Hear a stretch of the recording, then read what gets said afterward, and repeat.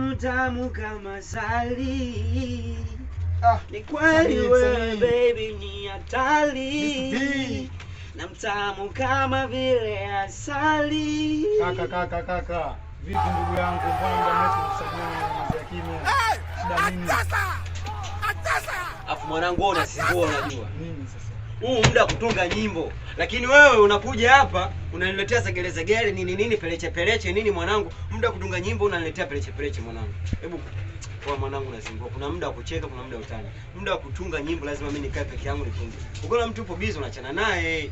Sasa mwanangu, kwa mimi ujaji wangu kwako mwanangu imekuwa shida. Okay, ongea kimekuleta nini? Mimi nimekuja tu mwanangu kusupport kama hivyo katika mambo yako, nikupe ushauri. Haya poa. Hapa na pale ndugu yangu. Sawa nashukuru. Kwa ubaya. Sawa nashukuru, safari njema.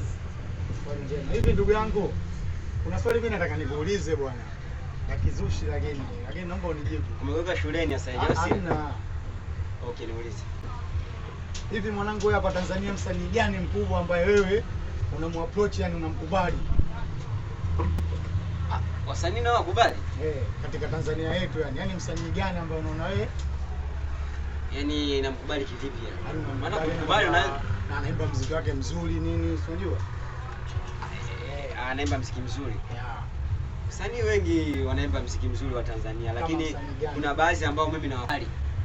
Kuna mmoja aliimba hivi: Bamba kianta twalala twashiba, jami na shiba twaishi kwa kuiba, mina Mola. Ushamba mwiko kwa mtoto wa Kariakoo, sichezi na dadai. Sijui yule kaimbaje kwanza yule. Alafu na mwingine akaimba hivi: Zuena nitampata wapi Zuena, nitampata wapi Zuena.